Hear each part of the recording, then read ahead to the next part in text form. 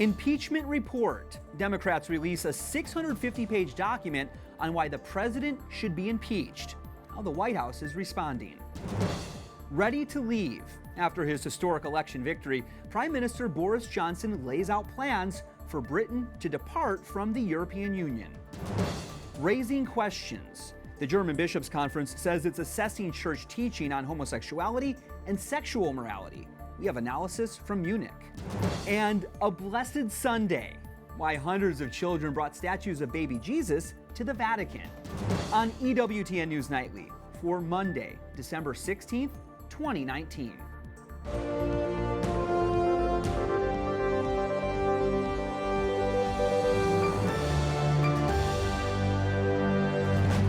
Good evening from Washington, D.C., and thank you for joining us for news from a Catholic perspective.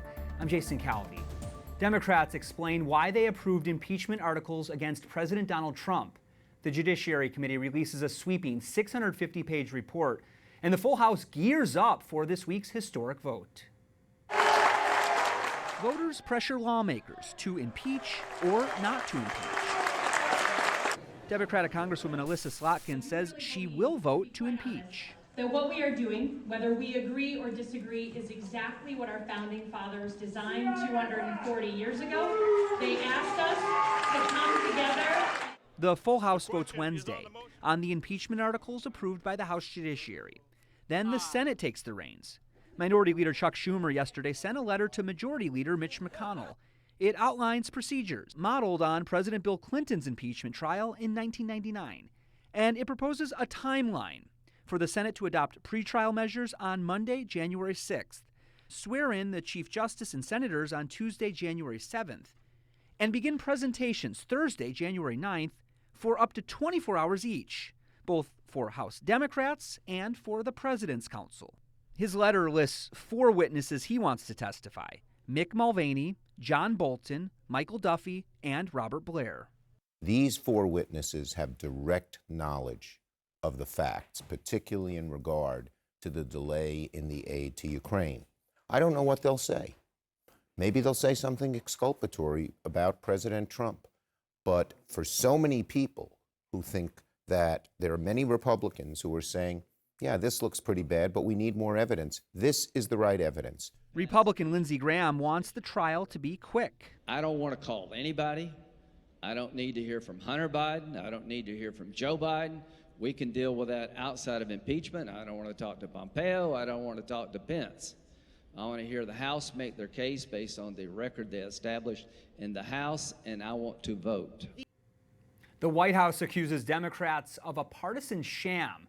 Despite the House's new report, President Trump says he did nothing wrong. White House correspondent Mark Irons joins us with that story. Good evening, Mark. Good evening, Jason. The president is tweeting about the impeachment probe and stock market success, something he is taking credit for. And today we heard from the White House top economic advisor who says the president's likely impeachment isn't preventing him from working on policy. I don't see it in policy terms. In fact, I don't see it distracting the president at all. I don't see any interruption whatsoever. President Trump is a man possessed of enormous energy, and he just continues despite all the things being thrown at him. President Trump calls the impeachment probe the greatest con job in the history of American politics.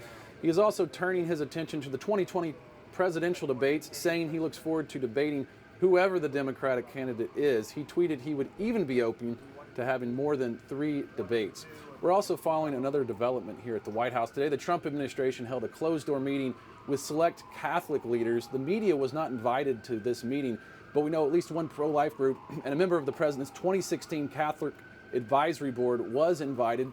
The administration has meetings like this from time to time to discuss accomplishments and try and plan for initiatives in the future. And we'll keep you updated on this. Jason. Okay, thanks for doing that for us. White House correspondent Mark Irons. Thanks, Mark.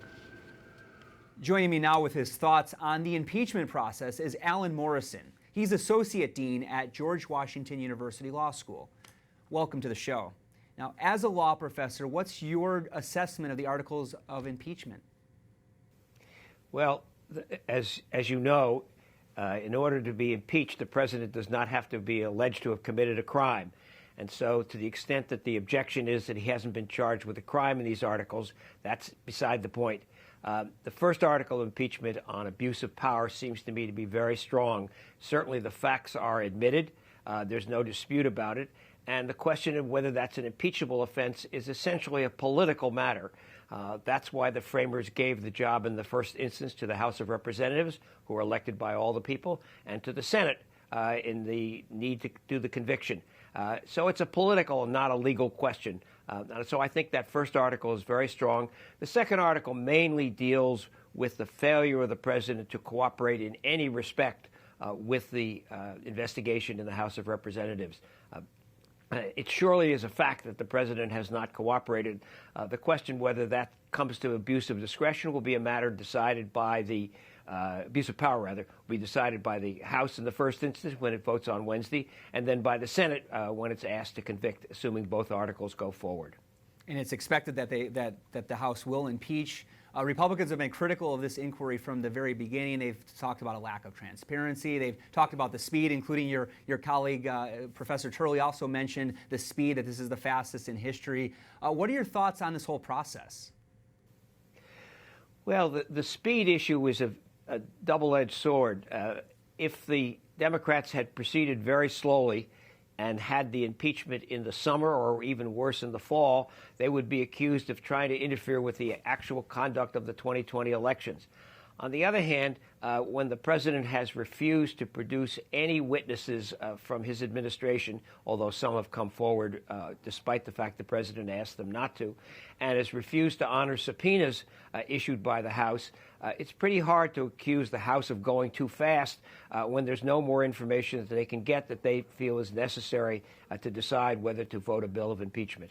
And what we just heard in the story before this was that Senate Minority Leader Chuck Schumer wants to call witnesses, including the acting chief of staff of the White House. One of the main questions is whether this is going to be a short trial with no witnesses or whether there should be witnesses. What do you say? What are the pros and cons of both approaches? Well, I think the answer to the question of what will happen is entirely up to the Senate. The Senate has special rules for impeachment, and those rules, of course, can be changed at any time. And so it'll be up to the Senate to decide whether they want to have live witnesses or not. If they do not have live witnesses and the two witnesses that the Senate minority wants to call do not show up, either because they aren't subpoenaed or because they decide not to show up anyway, that will be a matter for the Senate as a whole to take into account in deciding whether the president and those working for him have committed an impeachable offense. So, you know, it seems to be pretty hard to defend what the president did without having the two of the key witnesses. Certainly his acting chief of staff knows a great deal, and John Bolton, who was the former National Security Council director, may know a great deal. We don't know what he knows. He hasn't given any public statements. Mr. Mulvaney has given some public statements, and he indicates that he's essentially corroborating the facts regarding what happened with Ukraine and the money that was withheld. Well, we appreciate you making time for us today. Alan Morrison, Associate Dean at George Washington University Law School. Thanks for your time. You're quite welcome. Lebanese police and protesters clash.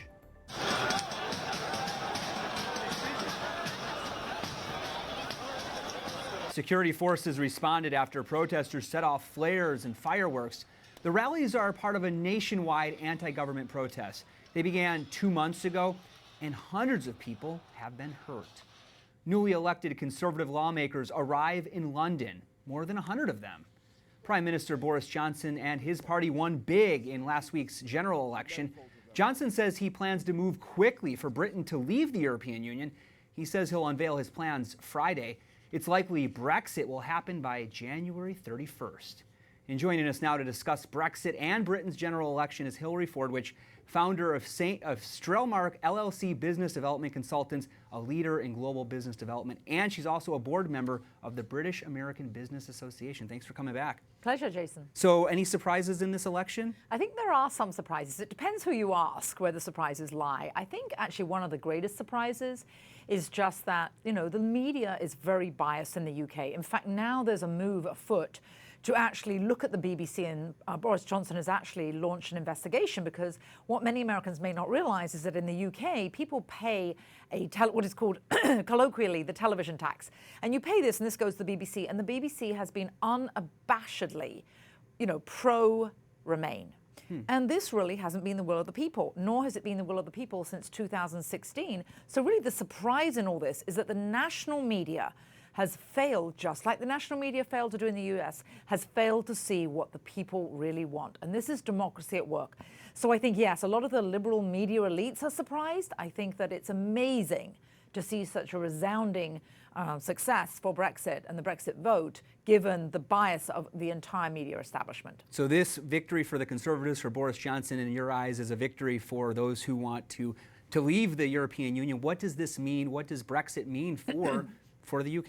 Well, what it means is, for those that are not quite as close to it, in 2016, 17.4 million, the majority voted to leave. That would mean leaving the EU. So what does it mean for the future? It means that now the UK is actually able to make international free trade agreements and make free trade agreements with the EU. What Boris Johnson wants to do is to negotiate all of the aspects of Brexit next year. So he says they're going to leave by January 31st, and then the negotiations will take place next year and not be extended past 2020. So what's very different about the previous situation is that he now has a very strong hand. He's cleaned house. The new MPs came to Parliament today. He had an overwhelming majority, over 80 MPs over the majority. So he now has a mandate from the British people, and the EU is on notice that no longer does the UK have to cower. What's very important to also note, of course, is that Donald Trump has said that there's going to be a massive trade deal, better than that will be offered by the EU. And you represent, you represent businesses and do development work. Yes, international business. Yes. So what is this going to mean for business in Britain? Okay, for businesses in Britain, what it means is and actually here's my analogy about Brexit, actually for your viewers. The analogy is that the old agreement was like a divorce, that Brexit is basically a divorce from Europe, but that you're paying alimony and child support to somebody, staying in the same house, which would be staying in the EU if you remain, but never allowed to date or remarry once you're divorced. In other words, no international trade agreements. What this does is it unleashes the freedom of international free trade for the UK, and then they can make trade agreements with the US and with China and with the EU. And what will happen, you see, is that Europe now is in a weak position because 1 in 7 cars, for example, from Germany is sold into the UK. The European manufacturers and the European business leaders and European industry, since you asked me about business, they want a deal that's friendly to the UK because they want to continue to do business. Are they going to get it? Well, now that Boris Johnson has a stronger hand, yes. And I say that even though the pessimists and the skeptics say it can't happen within a year, given how slowly the wheels churn in Brussels and they make agreements, I believe, yes, it will happen next year in 2020. And really quickly, what does this mean for Boris Johnson that he won, his party won so big? Oh, this was a resounding success. Actually, the BBC had the audacity to say yesterday, I heard somebody saying on the BBC that this really isn't a Boris Johnson win. It's more like just a Jeremy Corbyn loss. Absolutely not. This has been a national mandate. What it means is that he's empowered to go not only to Donald Trump and not only to the EU, but he has a very strong negotiating stance. Also, what he did very cleverly, he thanked those that voted for the Conservative Party, his party, for the first time. In some cases, one district was 101 years. Most places that he won have not voted for the Conservative Party since 1935, a lot of them. So he thanked those voters, and he actually used the expression, as your pen quivered over the ballot box, your ballot sheet, and your pencil was thinking about your ancestors and your parents and what they might think of this. Thank you for your vote. And he doesn't want to let them down. So my prediction is, just like he promises, he will enable and make more robust the National Health Service, and he will strike a great trade agreement, and this will be better for Britain in the long run. Hilary Fordwich, thank you so much for being with us today. We appreciate your time Jason. very much. And Pope Francis marks the beginning of a 9-day series of dawn masses. It's practiced by Filipino Catholics. Nelle Filippine da secoli esiste una novena in preparazione al Santo Natale.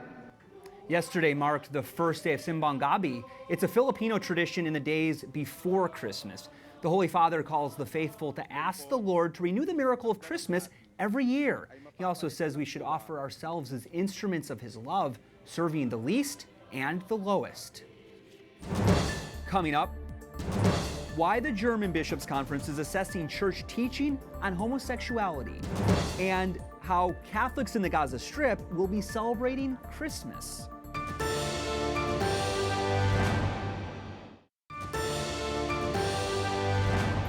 The German Bishops' Conference says it'll assess church teaching on homosexuality, sexual morality, and the sacraments of ordination and marriage. The commitment comes at the beginning of a 2-year council by German church leaders. In the statement, the chairman of the Marriage and Family Commission of the German Bishops' Conference, Berlin's Archbishop Heinrich Hack, said the bishops agreed homosexuality is a, quote, normal form of human sexual identity. The comments come after hearing last week from invited medical specialists, theologians, and canon lawyers. Here now to talk more about this is Anian Christoph Wimmer, editor-in-chief of Catholic News Agency Deutsch. He joins me now by Skype from Munich. Christoph, welcome back. Thank you, Jason. Now clarify for us what exactly the bishops are saying in this latest statement. So in particular, when you're looking at the original German, the statement both plays to the truth of what is perception in medical terms, but also in common social terms about a predisposition to homosexuality, but at the same time tries to reconcile that with reassessing perhaps, but certainly looking at the teaching of the church both in theory and then implementing that in practice. And it does so with a view to a 2-year process going forward into this synodal path that the German church has embarked upon. And I know Pope Francis's exhortation on marriage and the family, Amoris Laetitia, was mentioned in these discussions. How is that being factored in? That plays an absolutely crucial role, Jason. The question is as to how you interpret Amoris Laetitia providing for a development, both in theory and in practice, again, with regards to dealing with issues that up until now were rather clear. For instance, that the place for lived sexuality for a Catholic is within a marriage between one man and one woman. Going forward, can that change? Archbishop Heinrich Koch of Berlin and Bishop Franz Josef Bode of Osnabrück, 2 German bishops attending the consultations, have said, look, we've had developments going forward after Amoris Laetitia with regards to divorced and remarried Catholics receiving communion. Perhaps there is room for us to move forward in another direction as well. And I know that's, creating huge backlash. And I know even when you were on this show last time, we talked about concerns that some of these ideas being discussed could even bring about a schism within the church. What has the reaction been like so far to these latest statements from the bishops? Yes, that's absolutely right, Jason. So, in fact, the emotions have run so high.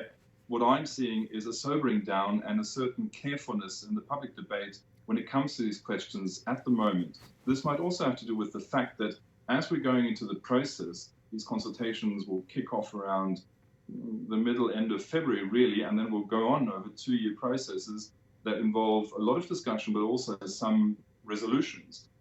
People are avoiding any terms that might further exacerbate a situation which is already clearly a church in dire straits when it comes to clarity on issues that are important to every practicing and perhaps even every non-practicing Catholic.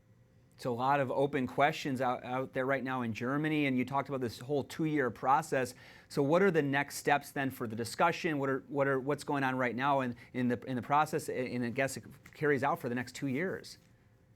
Well, absolutely. So what you're seeing at the moment is people are trying to stake a claim for the debate as they're going into this process, but also in the public sphere. There are some positions being put forward. There's debate about others. And what we're going to find is that it's not only about homosexuality or sexuality or even sexual morality as is taught by the church. It is going even further into the core of the magisterium of the church when it comes to the authority within the church, the ordination, the sacramental ordination, for instance, of women. There is a demand, of course, for the priestly ordination of women, as you know. And there are certain other areas also that really touch upon the sacramental life of the church, and not only in Germany, but they do so for the universal church. And there are some who think that the synodal process in Germany should be a model for the church overall across the globe, and others who fear that very development. And they say it could be a ticking time bomb. That's what the critics are saying. So Anian Christoph Wimmer, editor-in-chief of Catholic News Agency Deutsch, thanks for being with us today. Thank you, Jason. Catholics in the Gaza Strip prepare for Christmas.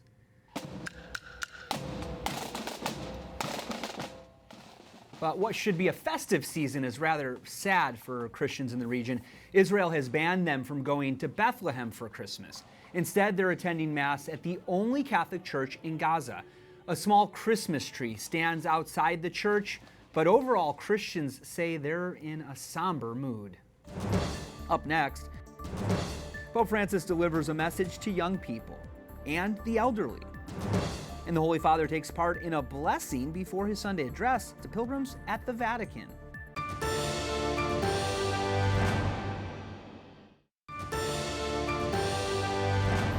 Pope Francis meets two groups today, the young and the old.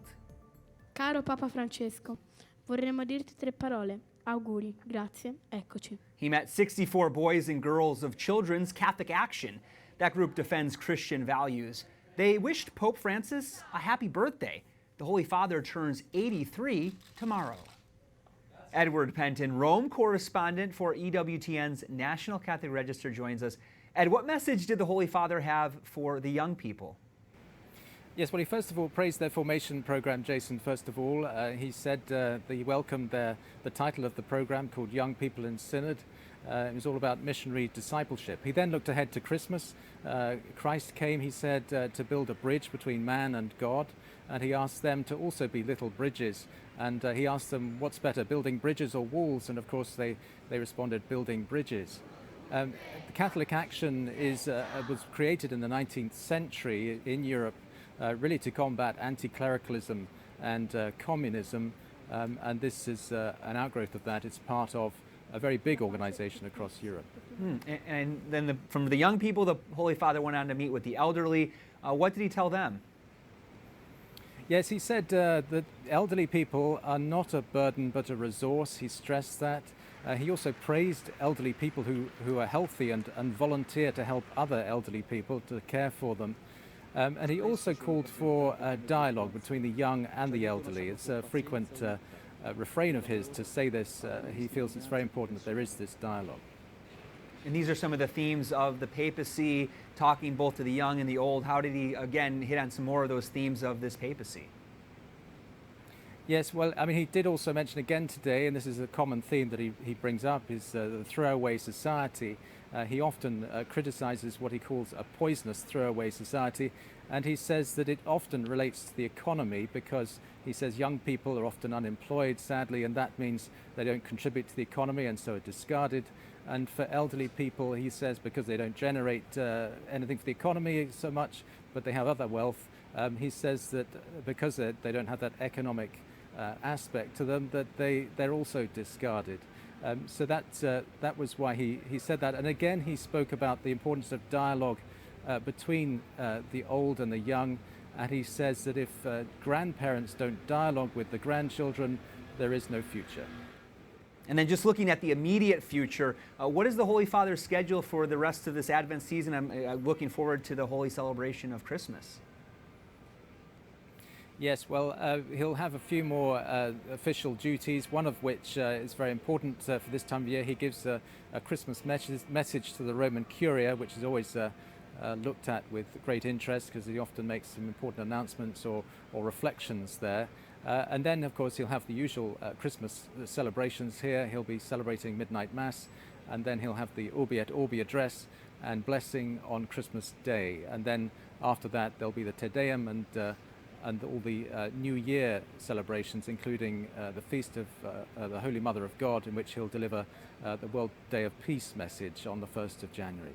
Okay, well, Ed Pentin will be there and covering this for us, the Rome correspondent for EWTN's National Catholic Register. Thanks so much for your time, Ed. Thank you, Jason. And finally tonight, Pope Francis reminds the faithful that on Christmas, Jesus is born everywhere. Che siete venuti con le statuine di Gesù bambino per il vostro presepe. He spoke Sunday to pilgrims at the Vatican, and the Holy Father blessed statues of baby Jesus brought by little children. It's part of a tradition on the third Sunday of Advent. Pope Francis says nativity scenes are like the living gospel, and Christ became man so that in turn we could become like him. I'm Jason Calvi, and for the entire EWTN News Nightly team, we thank you for watching tonight. We'll be back tomorrow with more news from a Catholic perspective. Good night, and God bless.